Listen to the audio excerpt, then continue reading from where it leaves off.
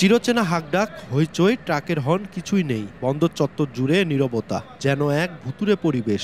গেল ২ মাস ধরে ভারত ও জানুয়ারিতে ভুটান থেকে পাথর আমদানি বন্ধ থাকায় বাংলাবান্ধা স্থল বন্দরে নেই আগের কর্মযজ্ঞ।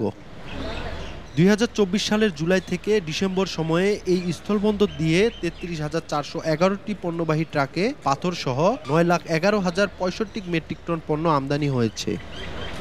ভুটান থেকে আমদানি করা পাথরের ট্রাকগুলোর স্লট বুকিং ইস্যুতে ভারতের ফুলবাড়ী বন্দরে চলছে ট্রাক চালকদের আন্দোলন। এতে ৪ জানুয়ারি থেকে ভুটানের পাথর আমদানি বন্ধ। অন্যদিকে বাড়তি ট্রাক ভাড়া ও পাথরের মান কমে যাওয়ায় নভেম্বর থেকে ভারতের পাথর আমদানি বন্ধ, যদিও রবিবার থেকে কয়েকটি পাথর বোঝাই ট্রাক এসেছে। এমন পরিস্থিতিতে বন্দরে নেই আগের কর্মচাঞ্চল্য। কাজ হারিয়ে বিপাকে পড়েছেন অনেক শ্রমিক। রেট বেশি কারণে আজকে আবার গাড়ি দেখা যাচ্ছে না। বর্তমানে পোর্টে আমাদের চাউলটাই আছে, আর আদার কোনো মাল এখানে ঢোকা হচ্ছে না। বন্ধ হওয়ার পর মানে একবার অবস্থা খারাপ, কোনো ইনকাম নাই, অসহায় অবস্থা পড়ে আছি, না খেয়ে দিন আবাদ করতেছি, আমার কঠিন মহাবিপদে আছি। কর্তৃপক্ষ বলছে বন্দরের কার্যক্রম স্বাভাবিক থাকলেও ভারত ও ভুটানের অভ্যন্তরীণ জটিলতায় পাথর আমদানি হচ্ছে না, এতে কমেছে রাজস্ব আয়। ভারত এবং ভুটান উভয়ের যে দ্বন্দ্বের সমস্যাটা সমাধান হলে আমরা আশা করছি যদি ভুটান এবং ভারত থেকে স্বাভাবিকভাবে পাথর আসতে পারে তাহলে খুব শীঘ্রই আমাদের বন্দরের আমদানি রপ্তানি কার্যক্রম